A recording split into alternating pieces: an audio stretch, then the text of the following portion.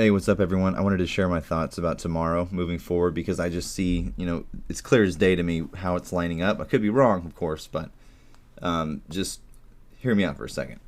So basically, today is the last, or it's the only double short settlement of the year. Typically, it's, not really event worthy, but considering the circumstances of this year, it could be more significant.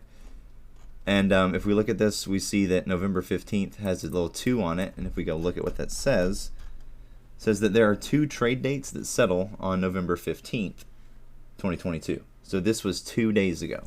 So 2 trade dates settled on the 15th of November. It's the only time that this happens during the year. It's November 15th, double settlement.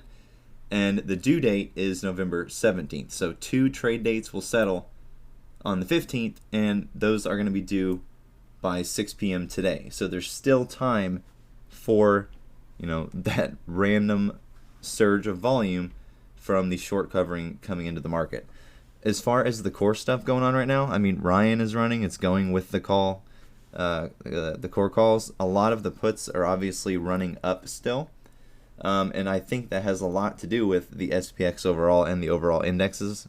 Because whenever they rebound, puts tend to go up.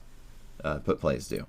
But what I wanted to show you real quick is Guild. Now, I know in the past healthcare has effed a lot of us, and I think a lot of that has to do with, well, number one, playing wide spreads and illiquid stocks with health. Not a good combination. So, bad fills was one of my biggest issues, but I think shorting it would be the better way to go. So as you can see now, right here, I'm currently short 679 at 83.29, and I have a limit to buy more or short more, 178 more, if it goes to 84. So I feel pretty comfortable in this range because, again, your RSI is completely oversold or overbought at 78.51. MACD is literally touching itself. It's just a matter of time for this one. So without the theta to worry about from the options, I think this is a way better way to go as far as future outlook for the healthcare related stuff. So maybe it's viable. We'll see. I got a lot running into this, so I'm very, very confident in it, almost certain. So we shall see. But I do anticipate more downside from the SPX tomorrow, potentially. Again, we literally just touched that gap here, right? And gaps tell us things. They tell us resistance and support. So that was the resistance. I want you to look at the RSI.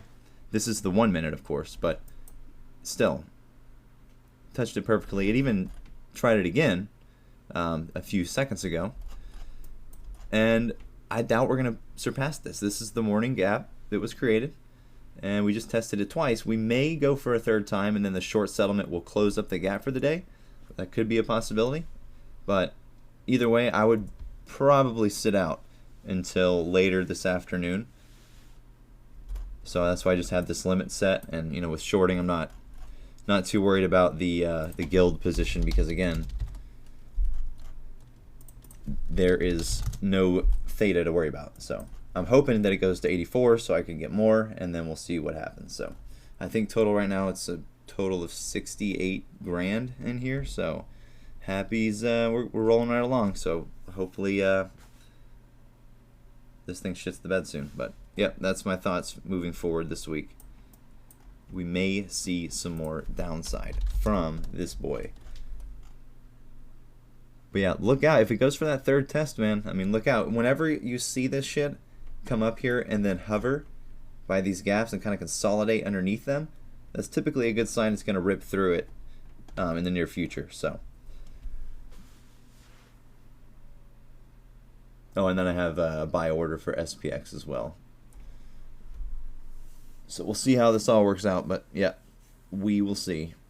I would consider waiting it out until then, at least until after repo. Check the repo numbers. If the repo's up a lot today, maybe wise to go downside. So we'll see.